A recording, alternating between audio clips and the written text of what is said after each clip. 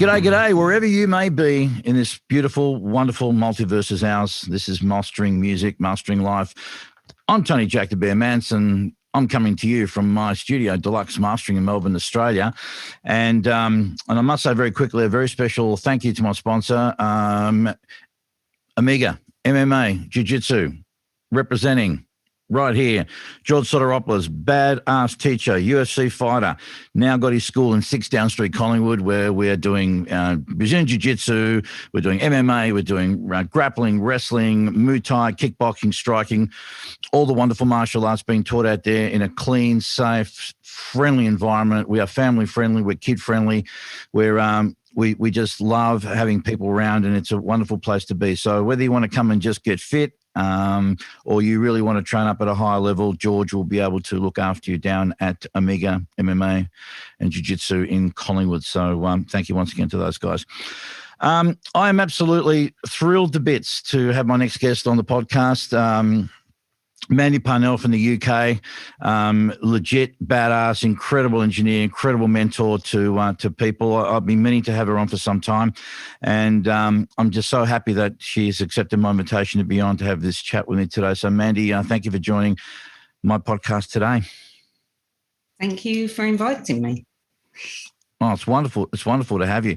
One of the great things I've really admired about your career, apart from the fact that you've, obviously done some stellar work, is the work you do outside of it in the mentoring space, and the way the work you do in terms of helping to bring women more into the industry. And we have a severe disproportionate amount of women working, whether it's as engineers or producers or master engineers or anything in that tech, the tech facets of the industry. And as I mentioned to you, before we started recording here, it's all great for us blokes to be there, being the cheerleaders and being, saying that we support women, but nothing speaks louder to a young girl who may have aspirations of becoming an engineer or a producer than seeing another woman who's actually in there in the trenches and, hanging and banging and doing not just as well as the men, but even better than the men to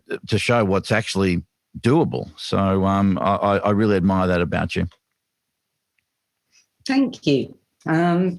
I think, we have to give back. I had great teachers and quite a safe place when I worked at the Exchange with my bosses there, with Mike Marsh? Yeah, with my bosses there, in the sense of, embracing the fact that I was a woman, and if I felt uncomfortable with any sessions, if they started to feel a bit weird for me, having the voice to ask them to go work with another engineer or to leave the room.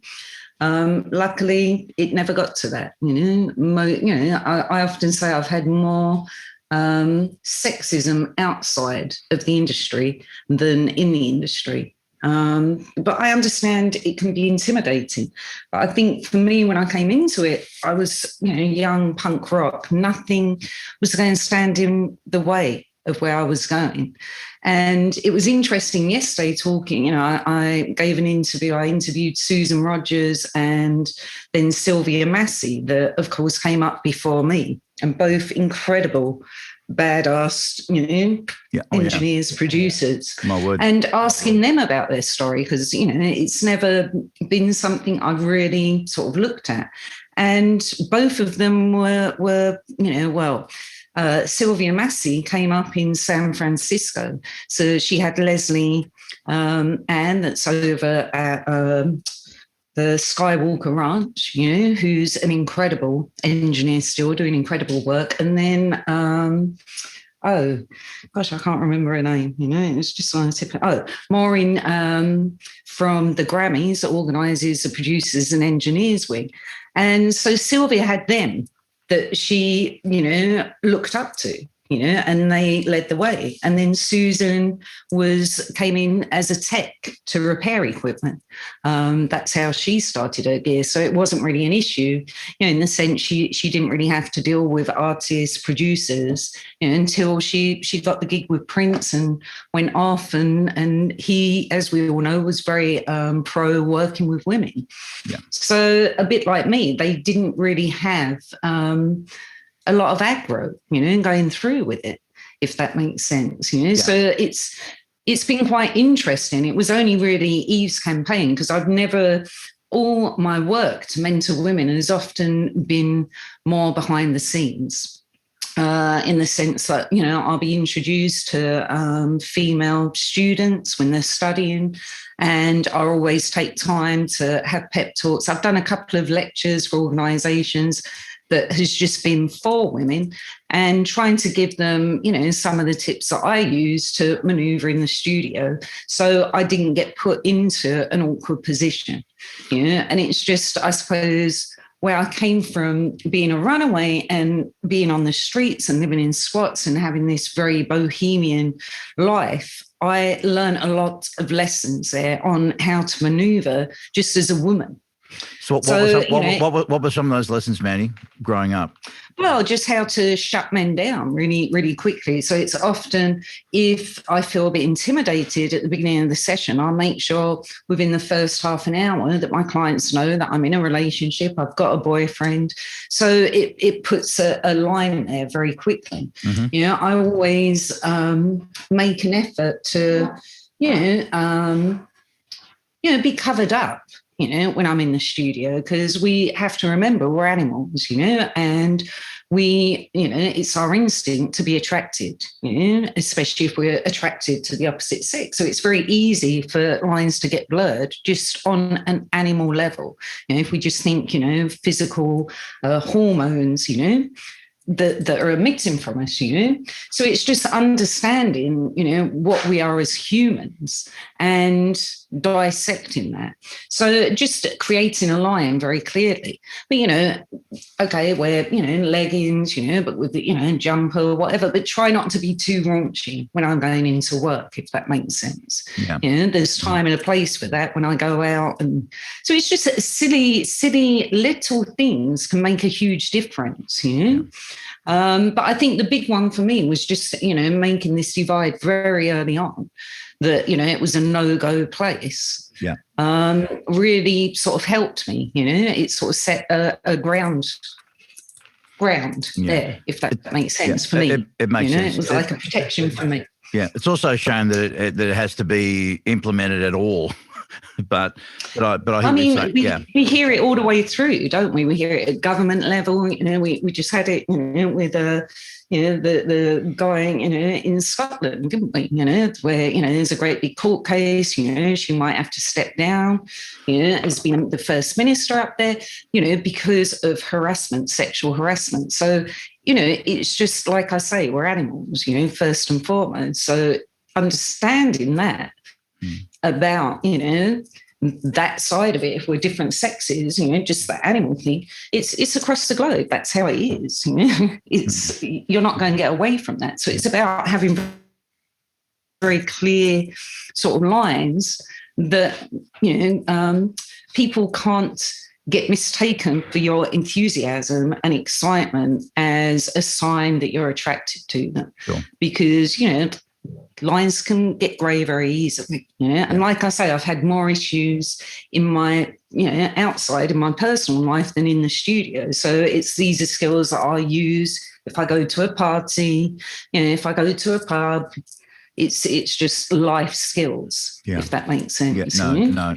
So it's just implementing them in the studio as well, so it's clear. So did you? So I think it's. No, sorry. I'll let you finish what you were saying. No. Go ahead. No, the question I was going to ask was, tell us about the. So when you started, did you go straight into mastering as an engineer, or did you go through recording and mixing stage? No, I finished the course that I was doing at SAE, and I worked for nothing for about 3.5, 4 years. before I saw the advert for the assistant mastering at the Exchange. So I tape opped, basically set up microphones, and back then it was reel-to-reel tape. So I was the tape op for the 24 track. That was my role. Set up, set the day up, clean it at the end of the day, be first back in, for no money. I never got to do that longer apprenticeship, but certainly as a youngster, there was no pay and it was just menial tasks. But I found that some of the best lessons for me growing up was just purely through observation. Just watching sessions and how they were conducted, the way engineers would deal with clients and artists and keep the session going and manage people and the energy of the session and that to me was probably some of the best lessons I got and just watching how people develop these relationships and foster these relationships with their artists and with the clients that they work with. That was all and the especially in America, how there was such an emphasis on service, the service aspect of the business, how, the job didn't end the minute you exchanged money. There were things that were being done afterwards and, just making sure people were looked after and taken care of. And there was this sense of you were invested in this record. Yeah, that's how it is. And I think that's something that is really lacking with the next generations, that they don't have the opportunities that we had, of going into a studio. It's when, I take on an assistant engineer, most of the time they're just sitting in the room. They're not doing anything. The first year, they might do some production parts. It really depends on how quick they start understanding, like you say, the dynamic of the room. I want to get them to tune their ears in. I want them to, understand the psychology, of how to maneuver when you have an artist and a producer that, there might be conflict, going on in the team. And, how you really don't want to get in between that, and how to get them to be on the same page together, the psychology of working the session.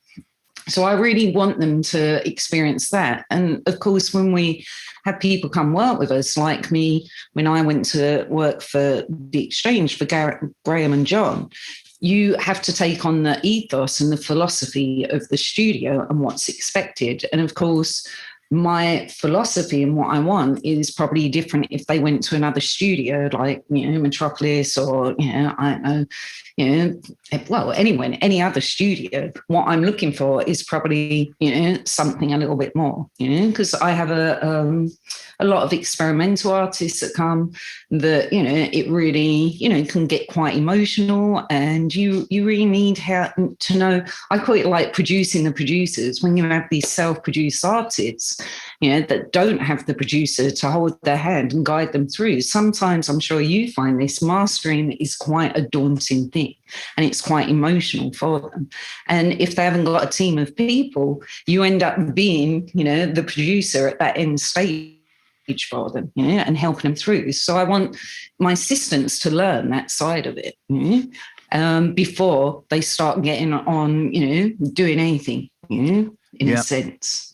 I agree with you. I still find people to this day, well, when I started doing mastering, I didn't even know what it was. I mean, I always tell people mastering found me. It was one of those sort of accidental, serendipitous things in my life, and became a pragmatic decision to do.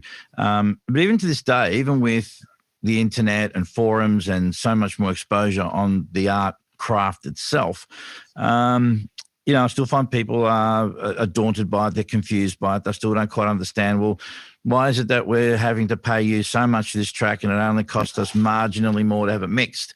We know we need to get it done, but we don't know why, but we're trusting in this person. And, so you're right. There is a lot of hand-holding and trying to put people at ease and help them helping people understand the process, which is why I've always loved attended sessions, because there's the perfect opportunity for for people to be able to sit, even if they don't fully understand what's going on, but at least they can ask questions and you can explain the process to them, and they can actually see the tangible benefits of what's being done. Obviously, with COVID, that's been limited over the last 12 months, but no, I agree, and I think because we're dealing with so many newbies, the majority of my clients, Mandy, are people that roll their own mixes at home. They're mine too. Yeah, newbies at novices at best, and it's a rare treat when something comes in the door which is mixed beautifully, and it's just like, oh, okay, it's a beautiful day outside, and I won't have to do too much here, But no, you're absolutely right. Tell me, what do you think?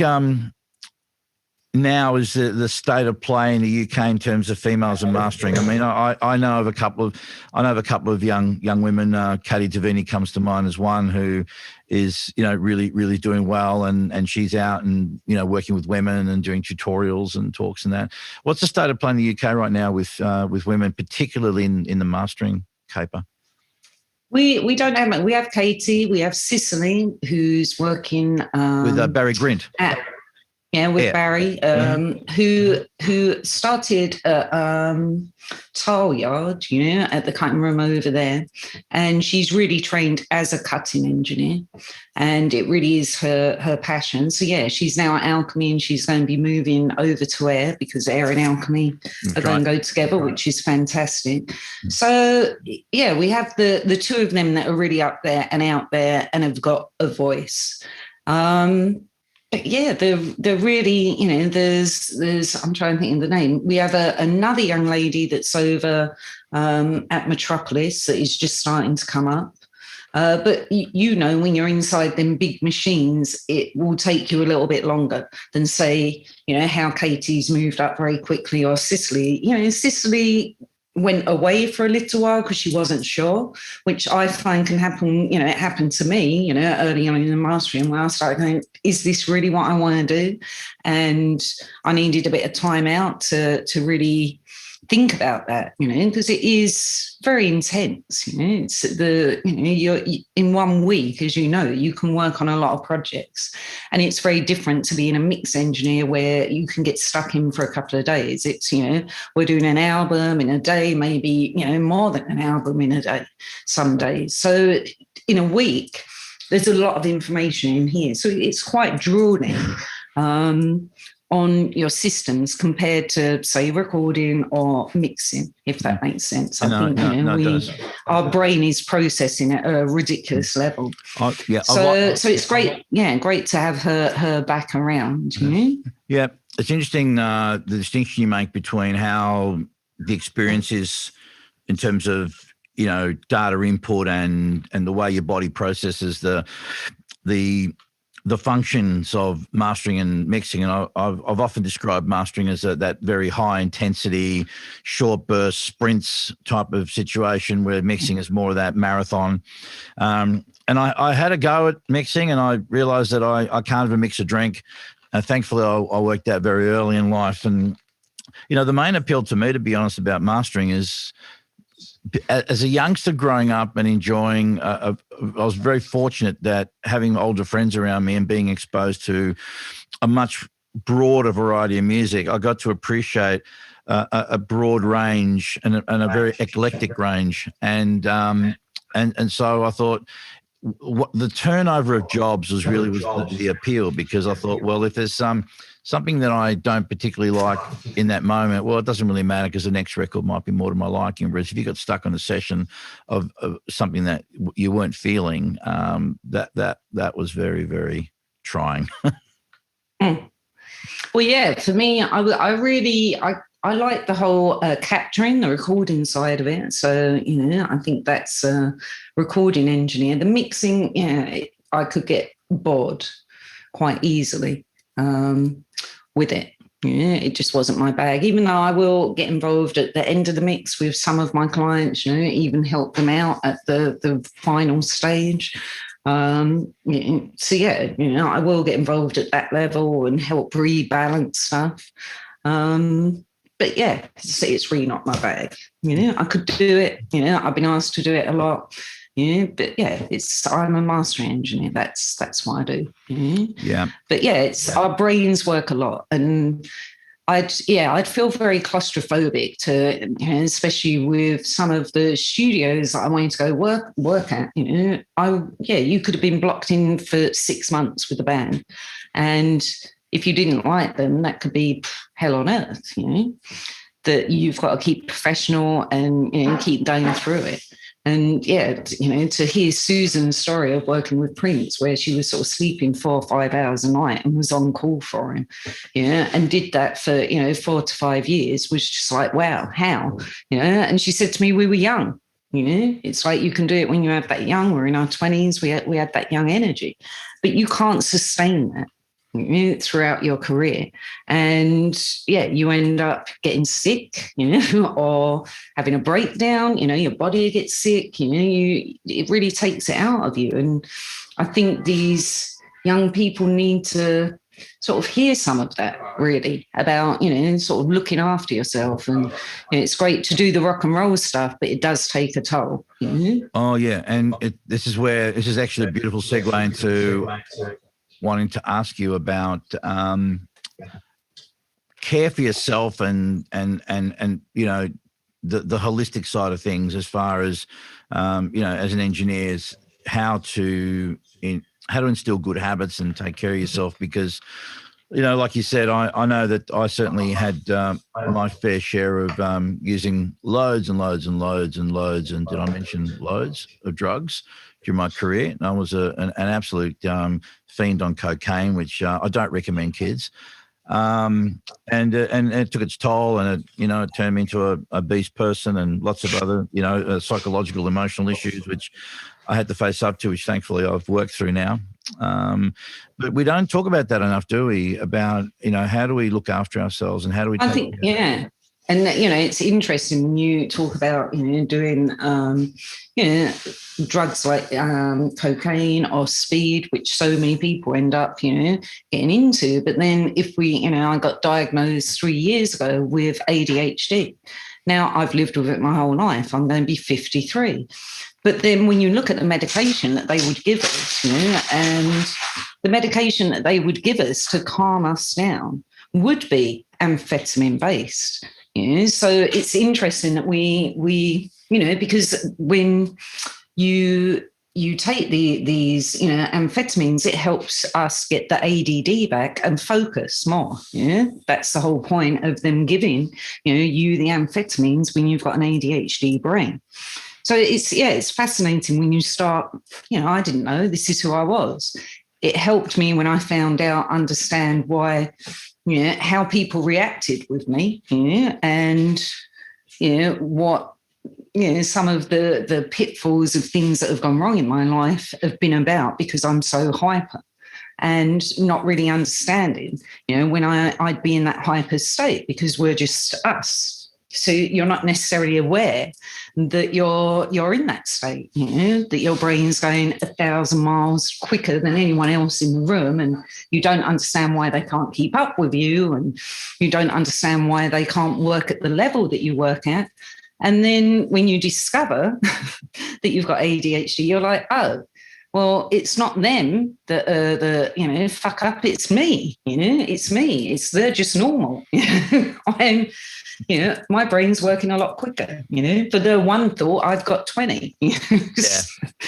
So it's interesting to understand that about yourself, and then looking at what we need to support our brains with that, rather than going into taking drugs. Which is a very easy route for so many of these young people, especially the pressure they're under. I think we're all under so much more pressure.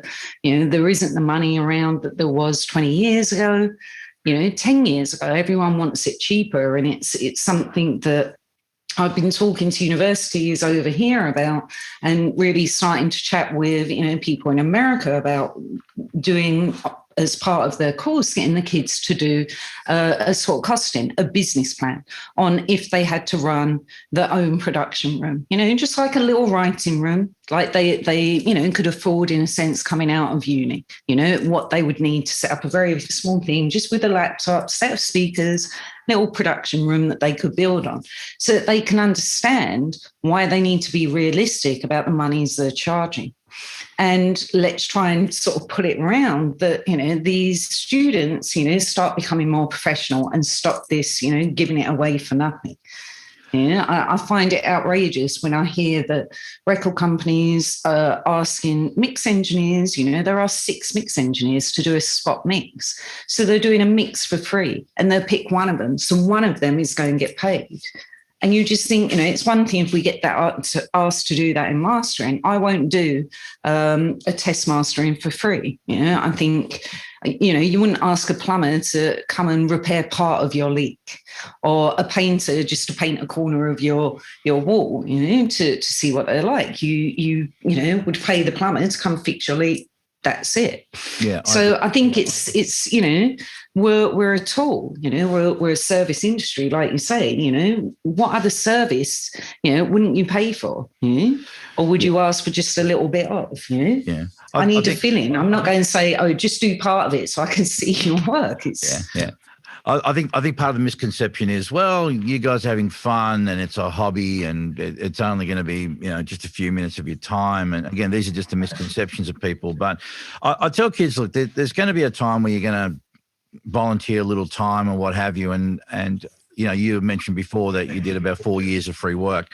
And I think we came up through a very different era. I think these days what I tell kids is I wouldn't stand, look, any kid that would sit 4 years for free, I think that's quite extraordinary, and even more extraordinary that any studio owner would make someone work 4 years for free. Well, it wasn't in the same place. I moved around, so it'd be a little bit here, a little bit there. Some of it, I'd get paid a little bit, maybe travel and food, but then I wasn't really expected to do a huge amount. To me, it was just, getting a foot in the door. And it was, tough back then. I would say, through, sort of late 80s coming into it, and, it even got verbalized to me, well, we don't hire women because women get married and have children. Wow. And, that was a really sort of honest voice that they had. So we're going to spend this time training you. And then, okay, so you're early, sort of late teens, early 20s now, we're not going to get the money back from you, for the time we're going to invest in you. And I suppose coming into mastering, it was a good 5 years training, a good 5 years on top of that, of me still not having full confidence, still having to learn my trade. So, I'd say to become, a cutting engineer, as and really feel in control of everything, the tape, the EQ, the clients, and really know that you don't need help. You can get through the session, you know what you're doing. It's, I think, a good 10 years. And interesting, again, talking to Susan Rogers and Sylvia Massey. And when they give the timeline, you see both their careers sort of kicked in for them, sort of 10 years in, where they were established. And I think these kids coming out, they're not really given this realistic timeline of, okay, you've done your courses, you've done your degrees, your colleges, whatever, but you've still got a lot of training to do after that. That's just giving you a foundation. It's just giving you an overview. Now you've got to hone in on your skill set. And I think, the education fails them a little bit, with this. And again, with the psychology of the session, being professional, understanding, how to maneuver, there needs to be a lot more emphasis with them and understanding that, because, they're so used to being heard, if that makes sense. Yeah. And not just that, but also, unlike us growing up, we didn't live in the world of the internet and everything being on demand and everything with a click of a mouse. Was now, we live in the world now where everything is instantaneous and when you want it and as you want it, and to be, customized exactly to your specification. And I think that is almost carries over in terms of career. At least that's what I noticed with some of the kids that come through here.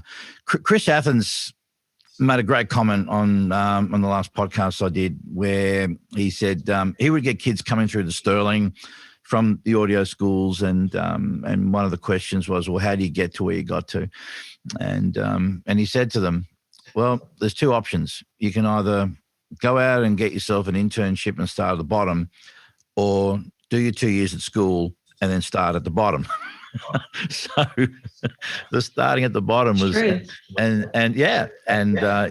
used to have a bit of a chuckle as to why these kids would look at him really weird, you know. And I don't think he was saying necessarily that the education was irrelevant. I think formal audio education has its place. However, I agree. I also think that I would really like to see more professional people in there, not just as a one-off guest lecture, but to be able to come in a handful of times during the year, to be able to invite the kids out into their studios, to be able to, again, be a fly on the wall to see how the real world happens. Because to have a lovely SSL studio in your school is great, but if you make a mistake, there's Command Z and there's a safety net. Whereas in the real world, there's no safety net. There's no room for error. There's no room for getting it wrong, or whoops, I fucked up. You've got to be on point. You've got to get it right, and you've got to be able to see what it's like to be in the cauldron of the real world session. And so the more exposure they can get to that, it'd be nice to see a lovely hybrid between the two, where they can get some of that theory. I think it is coming. I don't know about in Australia, but especially if you think about McGill University, they've got some incredible lectures. George Massenberg's up there for one. But I mean, when you look at the lecturers, same some of the Berkeley schools, again, Susan, she teaches the kids, all about analog tape and how to record on tape, and all the psychology of music. I mean, I said, I wish you'd been my lecturer, because the way she delivers the information, it's just fun. So it is coming. We have it over here in some of our universities. Leeds University, is one that comes to mind. Both the Leeds University have some incredible, producer musicians, and engineers running them. But it's, the kids, when they're looking at the schools, they probably don't even think about that, or the parents don't think about that when they're helping them. And it's, if they haven't got somebody to sort of guide them and go, well, look at this school, look at that school. This is what's available.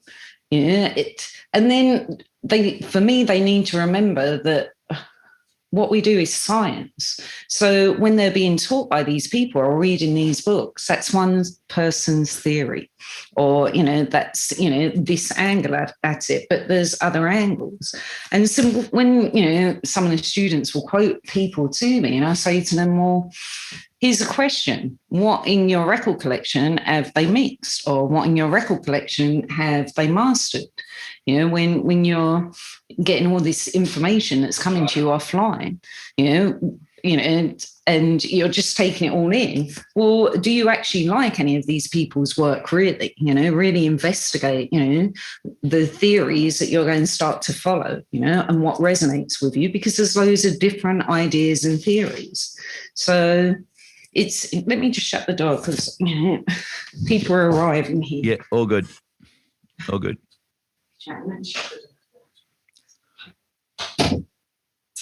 So yes, it's for me. It's getting the kids to really think about the sound, the sounds they like, because we all have our own sort of flavour, if you like, that we bring to the table. Mm-hmm. Our little sparkle, if you like, that we'll put on it.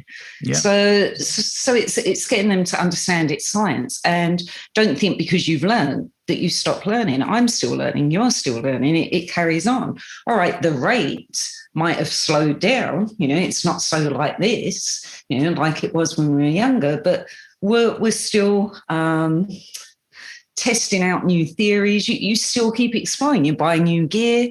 Let me try out this. Let me try out that. Oh, let me change this out. What happens if I do it this way? that journey never stops. And I think so many of the students I meet just really think it's this sort of final thing. Well, I've been to school, I've learned it. Yeah. And it's trying to get them to let go of that, keep it open. It's science, you know?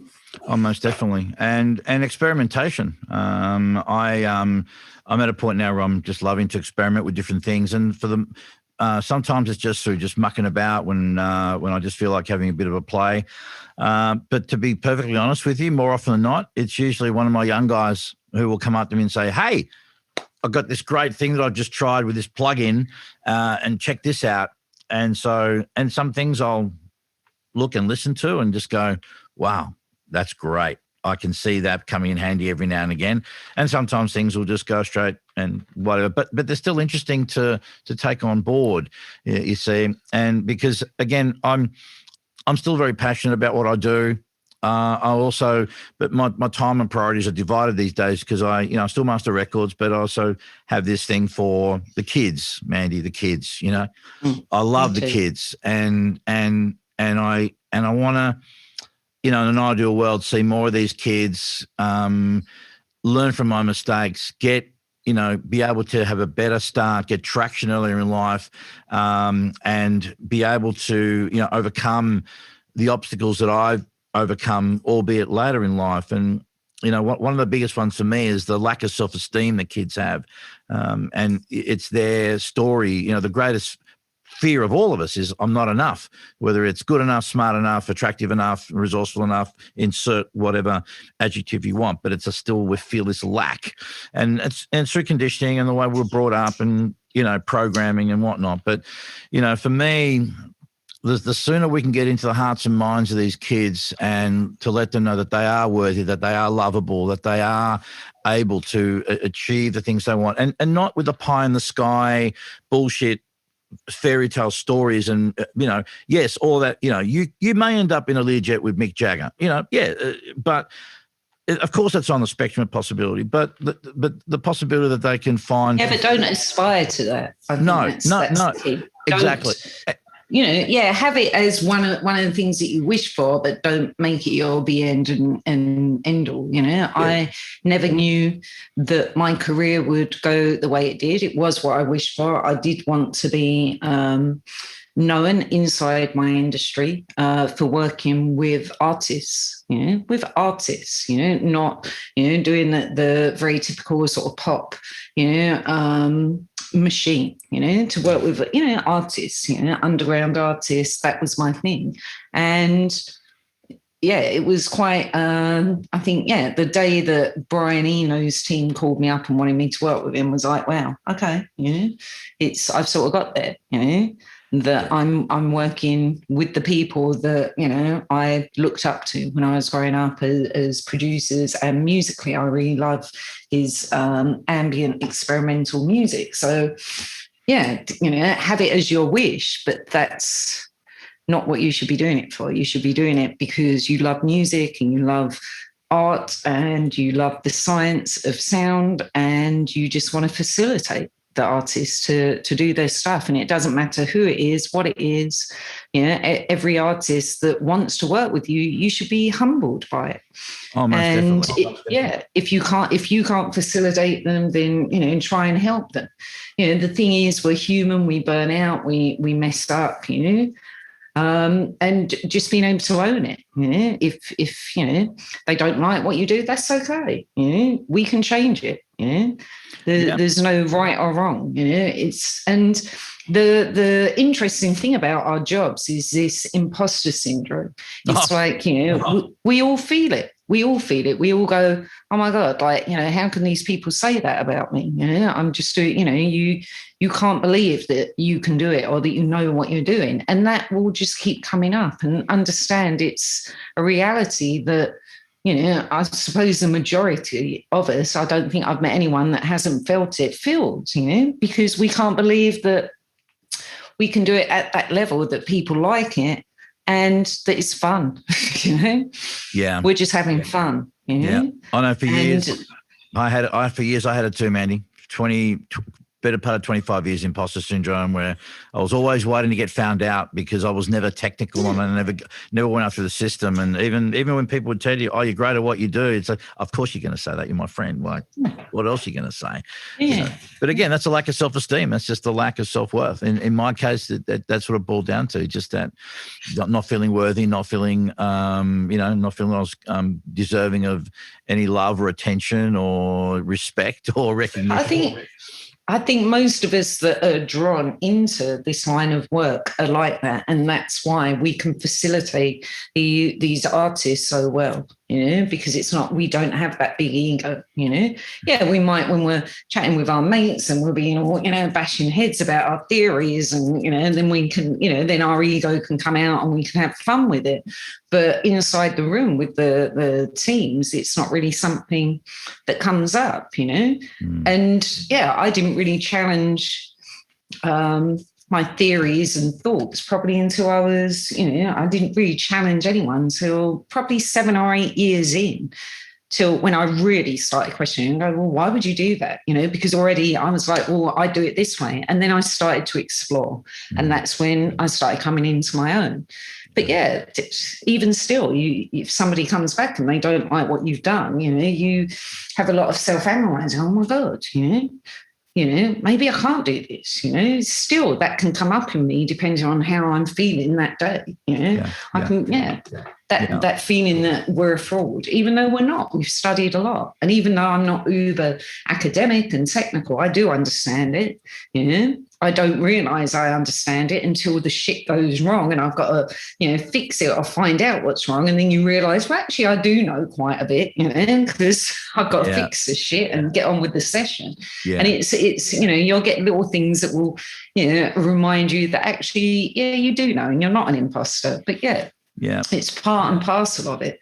And I think it's just great now, for us all that we have the technology that we can talk and we can share stories and people can listen, and this feeling, that we're not alone.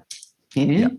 Because I think, especially this past year for so many people, it's been so tough. And, I'm used to going out to the AES in America every year, into Europe. I'll go out to stuff inside the UK, where I'm with my tribe and I get to hang and we get to bash heads, or I'd, have a few guys around here and we do some listening stuff.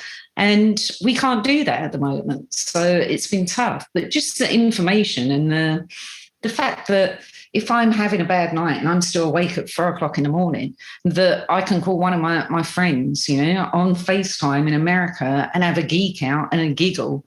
How fucking amazing is that? Totally. Totally. It's incredible. So it's finding the tribe. The AES did, the Audio Engineering Society has done a lot for me with making me feel included. I was bullied at school. I was a loner, only child. Came from, it wasn't my parents' fault. They were young, but came from a very dysfunctional home. Ended up running away. Because I couldn't cope. I was very clever, destined Oxford, Cambridge. If the trajectory had gone right, but couldn't cope, and just basically had a full-on breakdown as a teenager. And never felt that I fitted anywhere, and kept getting, encouraged to get involved with the AES. And like I said, Tony Platt got me out to do a workshop via the Musicians Producers Guild. And Sean Davis, who was one of my mentors, used to repair all the lathes, used to be a cutting engineer, mix engineer for Yes back in the day. Done incredible things. He was the one that really kicked me and was like, look, because I'd say to him, I'm not technical. And he said, but it doesn't matter. You've got ears and you've got passion. And, you're confident, about what you're hearing, and you've got a voice and you're passionate. So get out there. And for me, it was just actually finding my tribe. I went there and nobody judged me for how I talked, how I looked, how I acted. It was the only thing that mattered was that I loved music, and I loved the science of sound. And yeah, it didn't matter, you know, what sexuality. I mean, nothing. It was just like, hey, you know, come on, you know, we've got something really big in common, you know, and let's have fun with it. And it's the, you know, my favorite thing of the year is to go hang with my tribe, you know. It's like, okay, I have my friends outside, but they're not in this world. And for me, probably a bit like for so many of us, it's really a lifestyle. You know, we come into it, it's all encompassing. Our brains don't really stop thinking about it. They do now as we get older. We realize, okay, we need to, you know, and calm down and not put all our energy there, because we're looking, you know, to the next stage in a sense of, you know, kicking back and going for walks in the wood or whatever. But yeah, you know, it's really about feeling that you belong somewhere, you know. And so many of us we were the loners, you know. When you talk to people and hear their stories, so many of us didn't feel like we fitted in. And to actually feel that we fit somewhere is just, for me, the most beautiful thing, because I hate bullies and I think bullies should be bullied, you know. Don't like them. It's just, yeah, that's just me. I think as someone that was bullied and then became a bully, I can tell you now that bullies are just they're just sad individuals who just don't have the tools and the means to be able to deal with life, and can only project from their level of awareness. And again, that's not excusing or condoning or defending the behaviour. It's as I've gotten older, I've learned to be able to disassociate a person from their behaviour, and just because they behave a certain way doesn't make them bad as such. It's just a bad. No, they're not bad. It's just behaviour. You know, it's but if you can make people aware, you can help, you know, show them a different way. Yeah, no, absolutely. It's like share the love, you know. Really share the love. But yeah, I think it's so much that conditioning, but it's to not feel that you don't fit, you know. You know what? It was amazing for me, you know. And at the risk of sounding corny, but fuck it, you know, I've come to a point in life right now, Mandy, where I believe that in order for you to love, I think you need to be able to love yourself first. And exactly. I think that was the biggest lesson for me, was learning how to looking and how to, you know, or reframe it as accepting myself or being okay with myself, and to show myself and having clear boundaries. Yeah, clear boundaries. And it's back to the beginning of the conversation. Put your boundaries there. You know, we can put boundaries. A lot of our job is going, yes. We don't have to. We can put boundaries. And that was something that took me a long time to learn. You know? And actually, it was going through Al-Anon. Al-Anon helped me with that. I went through Al-Anon is a program for people that are living with addicts, you know, basically, you know, and, you know, in the significant circle. And, you know, it's a bit like Al-Anon or Narcotics Anonymous, but it's more for the people that are living with people. Right. And, you know, they teach you very much about the boundaries, which again, you know, through Al-Anon, through Narcotics Anonymous, any of these programs, that is what we're all taught through these programs. And that's really helped me, you know, going through that and trying to live, you know, by some of these principles of to keep myself safe. Yeah, indeed. And I think also, having gone through those experiences, there was one for a very long period of time I played the victim card, but again, through the work and through, you know, particularly my mentor, Peter Sage, who I attribute most of what I talk about is based on his teachings and his mentoring. And I've got to a point now where I'm grateful for the experiences of life, because it's those things that allow me to be able to authentically deal with these kids, and, you know, to be able to share my story and in the hope I can serve them somewhat, you know, because again, it's one thing to come from a textbook, and it's another thing to come from actual life experience. And young kids today particularly have probably the most sensitive bullshit meters going, and you know, they can pick you a mile away. So they know when you're coming from that right place, and when you speak with them and they can relate, knowing, oh yeah, he gets it or she gets it. So I'm grateful for the experiences. I really am. Yeah, me too. You know, I remember Graham at the exchange. You know, I was going through a stage where I suppose I had so much routine in life with my son, school, the whole schedules of everything. And he bought me the book, Practicing the Power of Now. And it was, such a brilliant gift for me to, actually not keep projecting forward and planning everything and then getting very frustrated when things went wrong, and didn't go according to plan. And of course, in studios, it can go wrong at any minute and not go to plan. And, it helped me really, keep in the moment, which was a really valuable gift that he gave me, in my life, in my 20s. To help me. It's helped me all the way through, actually, since then. It's a great philosophy, Of course, we have to plan. So, but it's just that everyday moment. Don't, sort of project too much, Let it just flow, just be. Yeah, and not to put too much emphasis on outcomes and expectations on things, and understanding that life is a non-linear experience. So we always tend to think in straight lines and an order, left brain kind of stuff, just to be able to be open to, like you said, things can go wrong. Not to be pessimistic, that just know that there's going to be bends in the river. So you can't change the bends, but you can certainly adjust your rudder in accordance to those bends to make the journey a little smoother. So I guess if you just know that and accept that as part of life, then you'll have less resistance, less anxiety, less bad times. And martial arts, martial arts is such a great discipline for that, for just, breathing, the flow of the movement, and being just present. Becoming at one. It's it's an incredible. It's incredible to do any of these practices, and I do think it's yoga. It's important. Yeah. I practice yoga. I do some Tao Buddhist stuff. So just having some of these practices, helps. How'd you get started? How'd you get started with all that? Yoga comes from actually being in primary school. I was really, really into gymnastics. And when I was discussing it with my mum the other day, she sent me to a boarding school, and I was very sportsy, and very academic, both very, into learning, but really into sports. Wasn't very good at long distance running, but sprinting, I'd beat anyone. And, I loved, the teamwork. If we did relay stuff, I would always be the last one. I'd pull it out the bag, So, it was very, very competitive.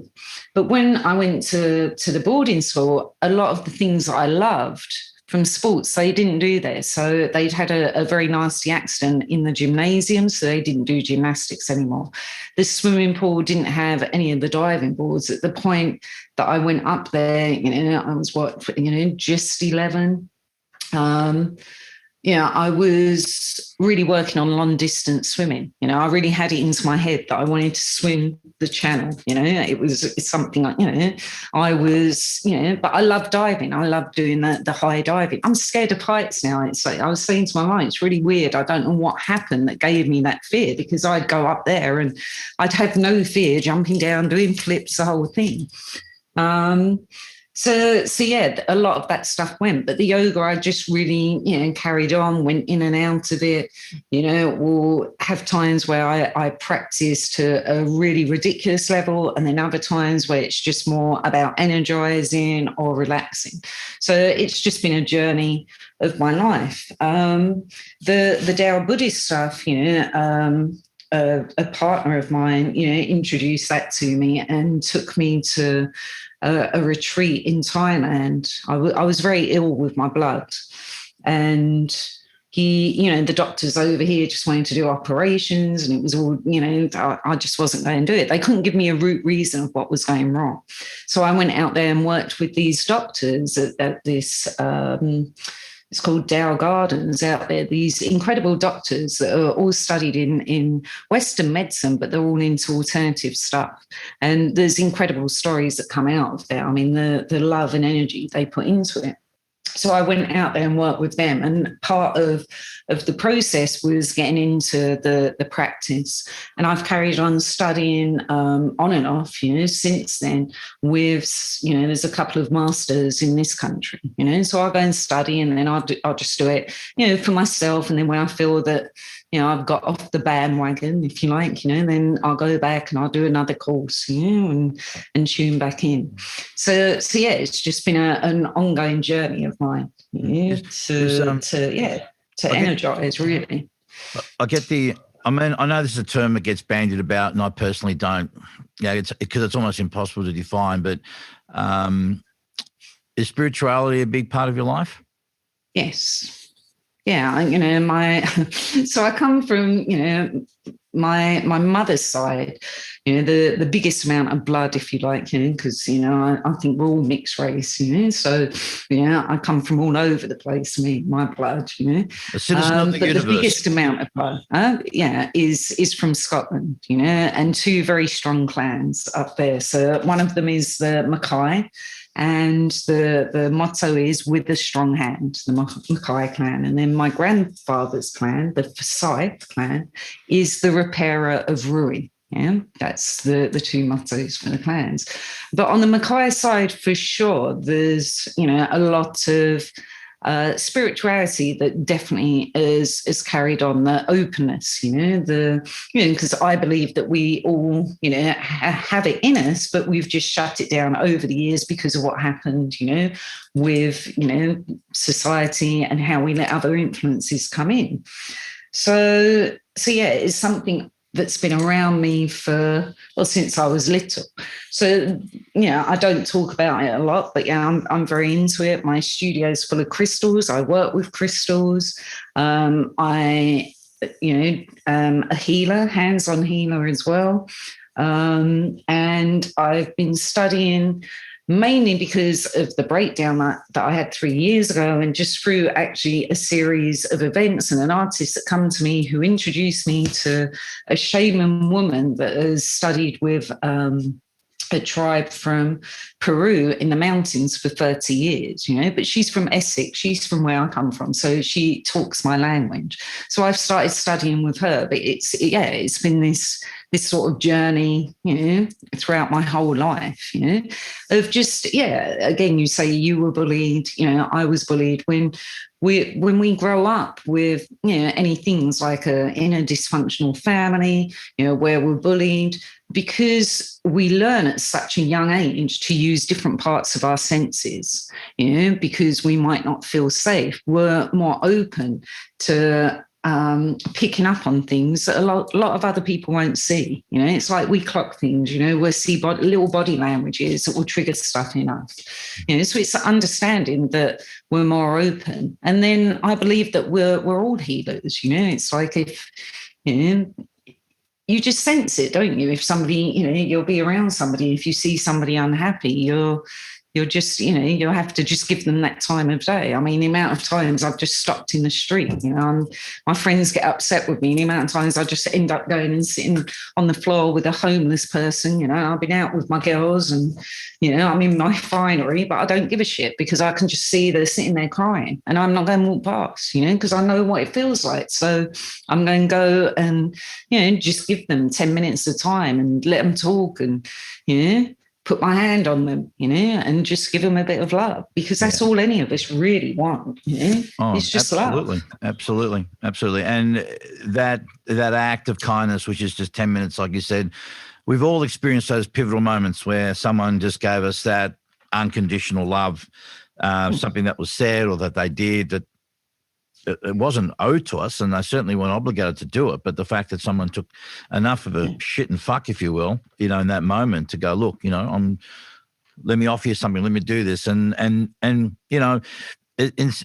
sometimes we can underestimate that act could be a circuit breaker towards someone. Could have been going off to want to top themselves. We'll never know. But been there. Yeah, exactly. And somehow, so it's extraordinary. And there were friends of mine, where you have a sense to call somebody, and then they're like, "Oh my God," they don't tell you at that moment, but the next time they see you, one of my best friends, I mean, it was heartbreaking, didn't even know that they felt like that, but it was just that moment that you do that, Yeah. And these people on the streets, it's especially what's going on here. It's, lockdown. I was, I get these crazy things that I like to go out and rant about and try and do something around. And I was at a gig of my son's and came outside, it was a little speakeasy bar, came outside. And I met these two guys before, two homeless guys are always in this area. And, we were sitting outside, and I got them a beer, I was smoking cigarettes and just chatting. And they were telling me how they had to pay £12 a night to go into the hostel. And I was like, where are you going to get the money from? It's like they're being made to beg. Now, these hostels are charities that are set up for homeless people, but they're charging the homeless people to go in there. And I was outraged about this. So my idea was to go out on the streets last summer, but COVID hit and, I wasn't going to do it. And spend a couple of weeks living out there and hearing about these experiences and trying to find artists, because of course my voice is inside our industry, trying to find, I don't know, little singer-songwriters or whatever, and just try and sort of use the voice that I have in the industry to shine a light there. We have so many sort of grants that are being handed out to all sorts of people, and, we can help facilitate it. And it was so interesting. There's a studio that's being built not far from me that's, very specific to, the whole reggae culture. It's an incredible place. It's very much a community place. And I went down there and met a neighbour of mine. She lives around the corner, who works in a homeless charity. So I just met her, before this last lockdown, and got chatting to her and said, I'd really like to, I was telling her about my idea, and she was like, wow, so cool. So I said, I'd really like to sort of work, on something, like this, So we said after lockdown, we'll get together and brainstorm and see what we can come up with. But it's like giving back, giving back. I was really lucky when I was on the streets. The people I met, I could have got into, hardcore drugs, prostitution so easily. And I didn't. I met people that were so honest and so genuine. And, bearing in mind I was 13, they looked after me, and really sort of guided me. So to me, it's just, how can I give back to what I experienced? But it upset me to hear that they were expected to pay, because the one thing when I was on the streets, I didn't have to beg for money. I'd go and find ways, of helping people. A big thing actually was, we were all punk rock, was the tourists, especially Chinese, Japanese. They were happy to pay to take your picture. My only fear is when I go to the West End now is whether I'm going to see my picture on a postcard. Every time I look at them, I'm like, oh my God, I go beyond there, So, maybe you can sell those online and make another little fortune. Donate that money to charity. Yeah, God knows, Oh, yeah. Mandy, it's been such a. Again, like with all these podcasts, I don't go in with any expectation. I just hope that I just go in with positive anticipation and optimism that it's going to be a good podcast. But I just had a feeling in the pit of my gut that this is going to be a beautiful chat, and it has been. And I could talk with you. Yeah, we could talk for hours. That's the thing. Yeah, and I know it sounds cliche, and I say quite often to my other guests, and it's not a flippant cliche that in all sincerity, we have some, and again, like I tell the others, we'll have to get together and talk again on the podcast, because there's so many other issues and things that we could unpack and delve into and whatnot. And no, it was a beautiful conversation. I appreciate you. I appreciate what you do. Thank you for your time, and thank you for your insights today. It's been a wonderful podcast, and back at you, Tony. Back at you. We're glad you're there doing what you're doing. Oh well, like you, it's a joy. I consider myself so fortunate that I don't indulge just in one but two passions. Most people don't even get through life to get one. I've got this studio and I'm so blessed to have 2 rooms and a wonderful crew. And the fact that I get to, I'm going, before you talked about, other chapters and phases, and I'm pushing 60 and I don't feel it, but I feel like my best years ahead of me, and particularly because I'm going to be able to make hopefully a contribution towards these kids. Because as much as I love being here and twiddling the knobs and pulling a sound, what gives me even bigger joy now is to see a kid eyes light up and transform them from I don't think I can do this to maybe I can do something with this.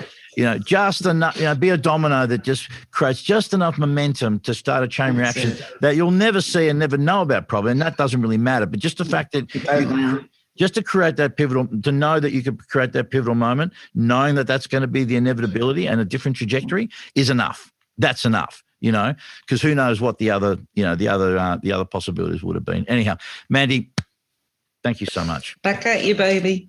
I'll speak to you soon. You will indeed. All right. Thank you for your time. And before I go, thank you once again to my sponsors, Omega MMA Jiu-Jitsu. And as I always say when I close the podcast, please be nice to each other. But more importantly, be nice to yourselves. I love you, crazy kids. Take care of yourselves, and we'll see you on the next podcast.